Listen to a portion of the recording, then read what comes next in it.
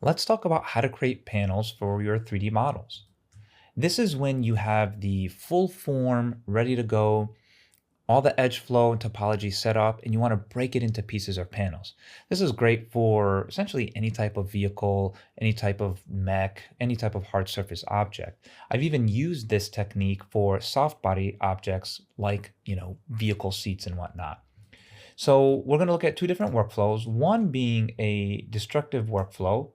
Like you can see here, there's really only a subdiv modifier, and one where we actually have controls over the bevels, the thickness, and whatnot here. That's a bit more procedural.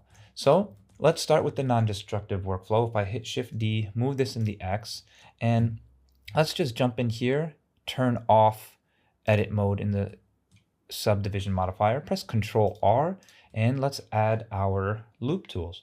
So Control R, or let's add our loops using the loop cut tool. Now, you'll notice that I added this edge here. I want to make sure that it continues the form of that curvature. So if you right click, we're using the set flow add-on, we can see the difference by conforming to that existing curvature. Great. Now we need to separate it into pieces. So you want to select all of the edges, including the one that runs down. You'll notice that in this case, I don't stop it here at the intersection. I continue it on as it goes, and I'll clean it up later. So I'll do a Control B for bevel. And actually, I think it looks like Blender crashed earlier. So it looks like screencast is off. There we go. So we're back in business. So let me undo that, Control B, because I want this to be about 0.01.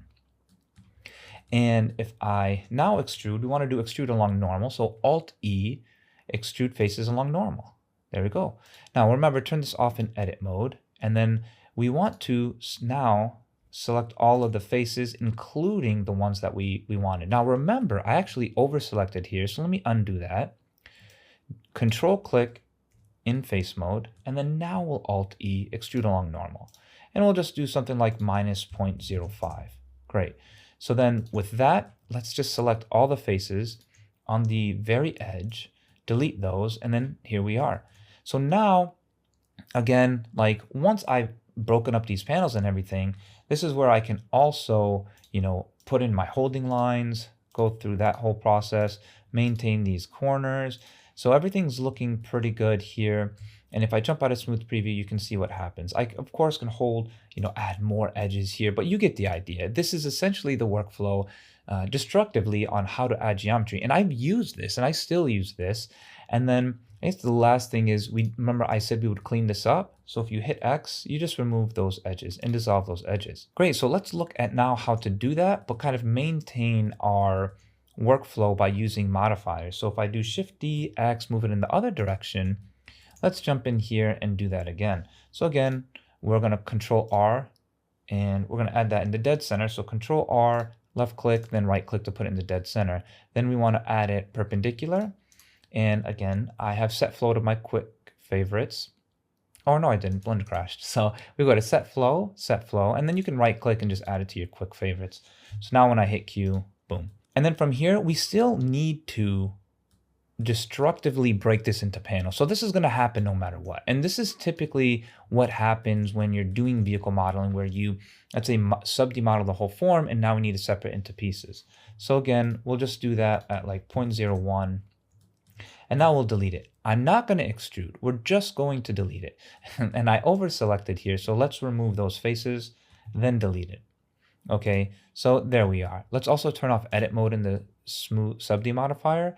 And then now, if I press 3, then A, I want to select all my panels at this point, and I want to do a nice inset. Okay, this is going to create a nice edge that is going to be there kind of as a proximity edge and an edge to protect that our corners here. And you can use something like 0.015, maybe 0.025, a little bit bigger, something like that, or 0.02, really doesn't matter. So from here, what we want to do now is continue the process and add in and protect these corners. So if I press K for our knife tool, I want to go to all our corners and essentially just cut these just like so. Now I want you to see something now. If I press tab and look at the smooth preview, what we're noticing here is that it actually subdivides fine with tries. However, if you want to maintain quads, I can press X and then I can do limited dissolve. Okay, there we go. So I did a limited dissolve. Blender keeps crashing every time I did a limited dissolve, but it seems to be okay now. I did remove the sub D modifier. My point is, if I exit this, edit mode and press Control 2, add a sub D, what you'll notice is even with tries here, it will preserve the corner all the same.